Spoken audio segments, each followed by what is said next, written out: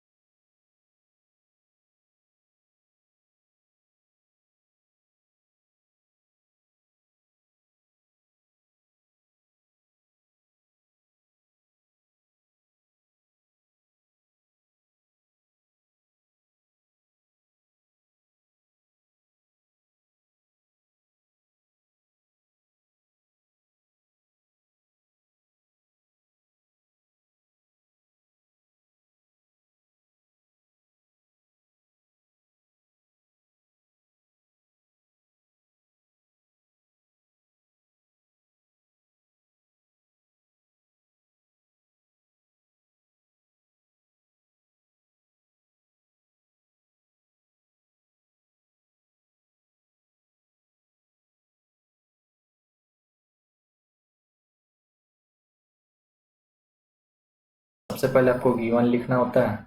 आप जानते हैं सबसे पहला काम तो हमारा धर्म है गिवन लिखना। इंजीनियर्स का धर्म है गिवन लिखना। अब सब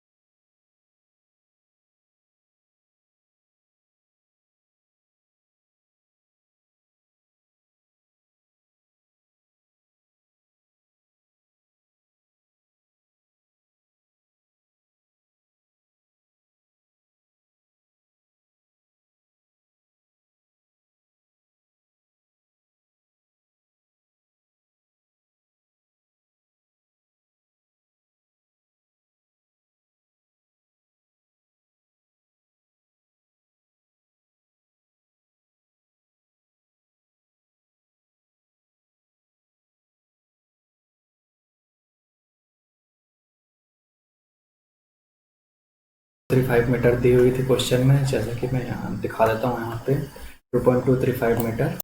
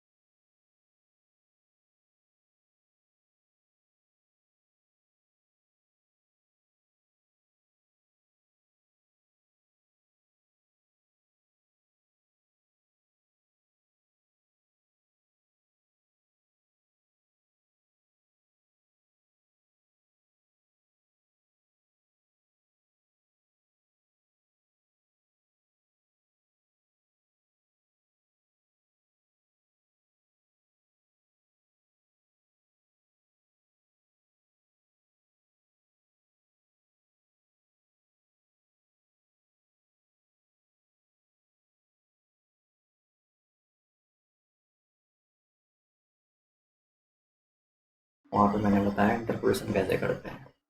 ठीक है, okay. Now it's time for the slenderness ratio. अपन चलते हैं यहाँ स्लेंडरनेस रेशियो, नेक्स्ट स्टेप।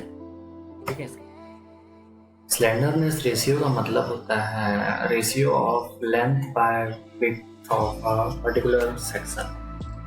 हमारे इस केस में हमारे पास रेडियस है तो वो विड्थ का ही काम कर रहा है, तो L बाय आर होता है। मैं यहाँ पे दिखा देता हूँ आपको, ये रहा L बाय आर। तो ये जो आपको L बाय आर है, रेडियस ऑफ जनरेशन हमारे पास दो थे, एक Z डायरेक्शन में, एक Y डायरेक्शन में, और लेंथ भी इफेक्टिव लेंथ हमने निकाला था। आपको यहाँ दिखा दूँ, वापस रिमाइंड करा दूँ, इफेक्टिव लेंथ हमने निकाला था Z एक्सिस Y एक्सिस दोनों के अबव। ठीक है, तो अभी उसका काम आ गया, हम लोग ने इसी पर्पज़ के लिए निकाला ताकि यहाँ पे चेक कर सकें। स्लेंडरनेस रेशियो जितना ज़्यादा होगा ना उतना ज़्यादा क्रिटिकल हो जाता है, मतलब हमारे लिए कंडीशन उतने और क्रिटिकल हो जाते हैं।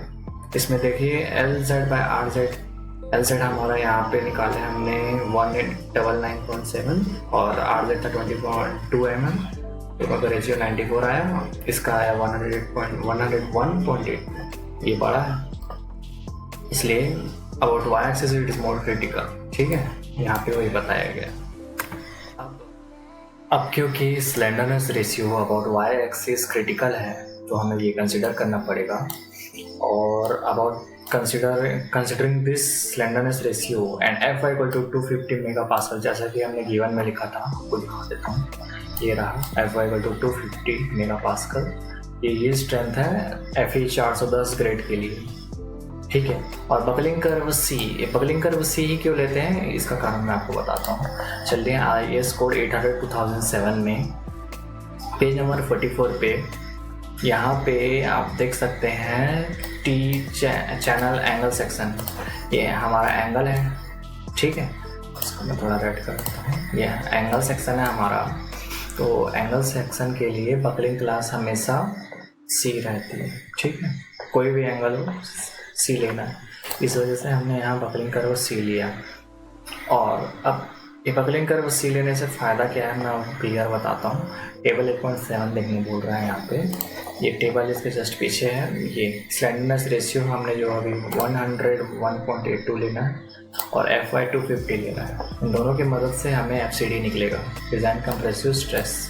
हमें बकलिंग क्लास C में जाना है। ठीक, 250 के लिए ये, और 101 पॉइंट कितना था, 101.82, तो 100 और 110 के बीच में आएगा, ये 100 110, और 250 वाली वैल्यू में इसकी ये वैल्यू और ये वैल्यू, इन दोनों के, इन चारों वैल्यू का इस्तेमाल करके इंटरपोलेशन के थ्रू हमें 101.82 वैल्यू के लिए FCD निकालनी है।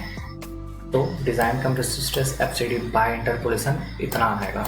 ठीक है, 104.74 है, देखिए 107 से कम है और 94 से ज़्यादा है, इन दोनों के बीच की वैल्यू है ये। अब आते हैं नेक्स्ट स्टेप हमारे सेक्शन क्लासिफिकेशन।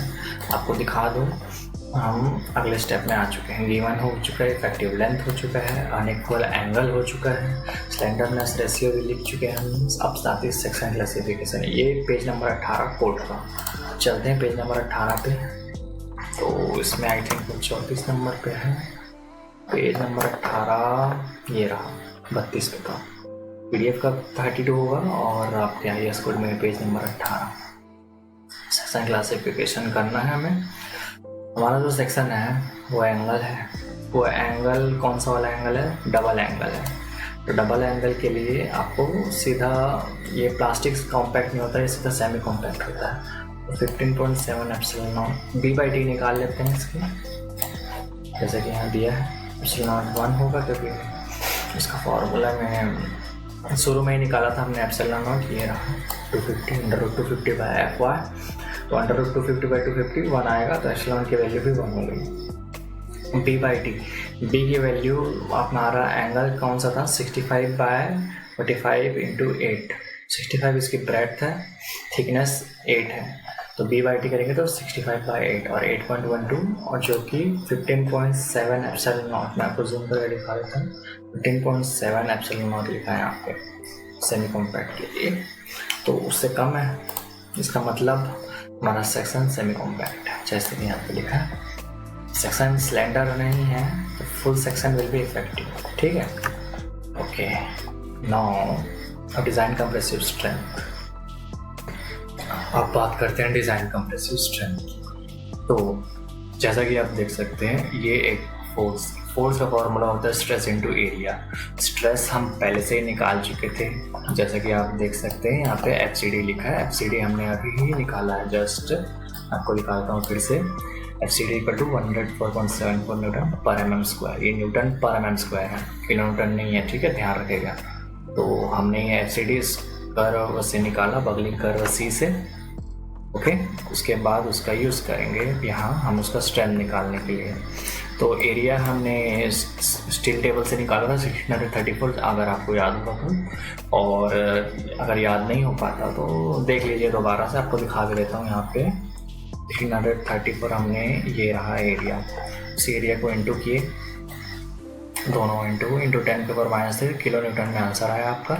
और ये 171 किलो न्यूटन है, जो कि 165 से ज़्यादा, वो जो कि अच्छी बात है। मतलब स्ट्रेंथ ज़्यादा है लोड से, जितना लोड हमारे पर अप्लाई हो रहा है, डिज़ाइन लोड, उससे ज़्यादा हमारा स्ट्रेंथ है, तो ये अच्छी बात है, सीधी सी बात, विच इज सफिशिएंट लिखा है।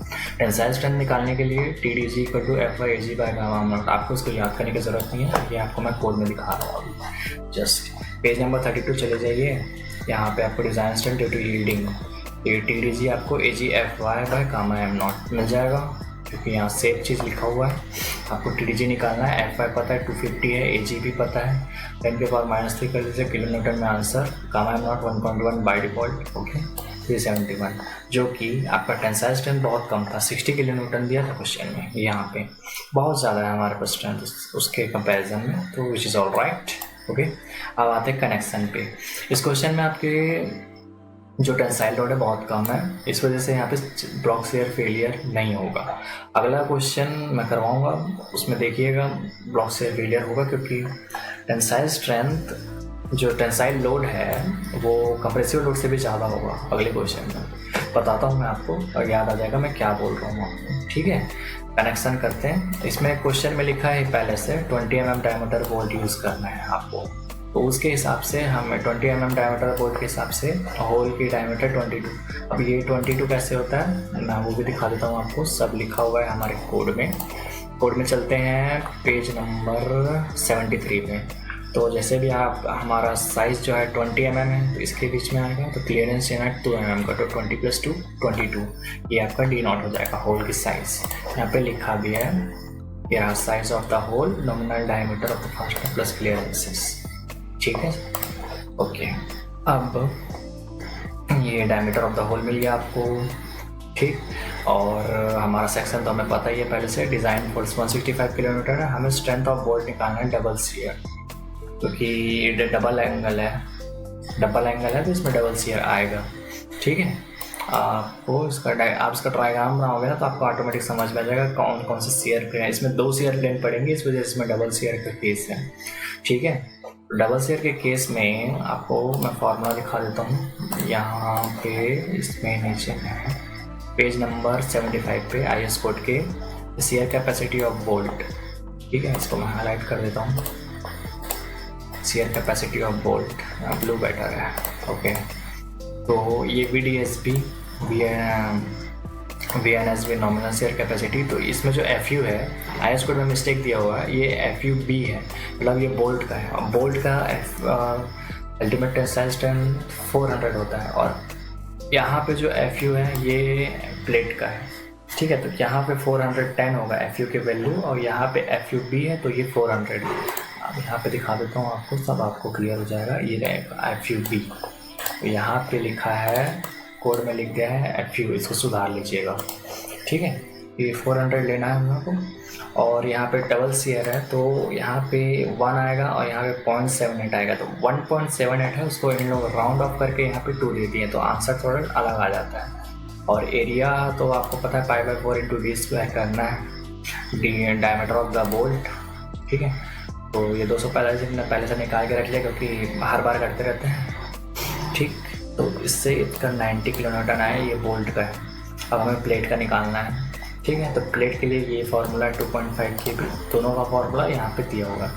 ये रहा बेयरिंग कैपेसिटी ऑफ बोल्ट, और ये एक बोल्ट का शेयर कैपेसिटी है। तो ये आपका बेयरिंग कैपेसिटी ऑफ बोल्ट और प्लेट। तो प्लेट की स्ट्रेंथ है तो 2.5 kVdt FU ये फार्मूला है। इसमें आपका गामा एम भी लग जाएगा 1.25। तो कंप्लीट फार्मूला यहाँ पे लिख दिया उन्होंने वैसा, ठीक। अब इसमें हम लोग सीधा अज्यूम कर लेंगे pitch 50 mm, edge resistance 33 mm। आप चाहें तो इसे अज्यूम ना करके निकाल भी सकते हैं, इसका फार्मूला बाकायदा यहाँ दिया हुआ है। पिच की फार्मूला के लिए यहाँ पे आपको ये इतना होना चाहिए करके दिया हुआ है, उसके हिसाब से निकाल लेते हैं। हम जनरली पिच 2.5 ले लेते हैं, ओके। यहाँ पे लिखा भी होगा पिच डिस्टेंस समथिंग, ओके, देख लेंगे आप देख लेना, इसमें लिखा है, ओके। नाउ तो हमने एज्यूम कर लिया इतना। अब ई की वैल्यू 33 है, 33 इसमें वैल्यू पुट कीजिए, 0.5 आएगा, जनरली इतना ही आता है, ओके। के वी की वैल्यू 0.5 लीजिए, 2.5 इंटू डी पता है, टी पता है, 8 mm है, 12 mm है, सॉरी यहाँ थिकनेस को 8 नहीं लेना है, यहाँ 12 लेना है। 12 mm थिक कसेट प्लेट है, वो थिकनेस लेना है, ठीक है। गलती यहाँ पे हो सकती है आपसे। और FU हमेशा याद रखना, इसमें 410 आएगा। ये देखिए यहाँ पे 410 आया क्योंकि ये प्लेट का है, ओके। और वो स्ट्रेंथ बोल्ट का था जहाँ पे 400 लगा था, ये वाला। अब स्ट्रेंथ ऑफ बोल्ट इतना और इसका है 98.4, तो जो कम है उसको लेंगे, तो 90.4 तो इसको स्ट्रेंथ लेंगे हम लोग, ठीक है। दोनों में से जो कम आता है इसमें और इसमें, जो 90.5 तो कम है तो इसको लेंगे हम लोग strength, okay. Number of bolt निकालना है तो जितना लोड है उससे डिवाइड कीजिए, इतना आया। 1.65 किलो न्यूटन कंप्रेसर लोड था, हमारे पास डिज़ाइन स्ट्रेंथ इतना है, डिवाइड करेंगे, नंबर ऑफ बोल्ट निकल जाएगा, तो अप्रॉक्सीमेटली 2 हो गया। Provide 20 mm down 4.6। अब इसी तरह हमारा ये क्वेश्चन समाप्त होता है, ठीक है। उम्मीद करता हूँ दोस्तों आपको ये समझ में आया होगा। वीडियो कैसा लगा ज़रूर बताइएगा, लाइक कीजिएगा, कमेंट करके ज़रूर बताइएगा, और आपको जो ज़रूरत है वो बताइएगा, मैं उसके ऊपर वीडियो बना दूँगा, ठीक है। Thank you.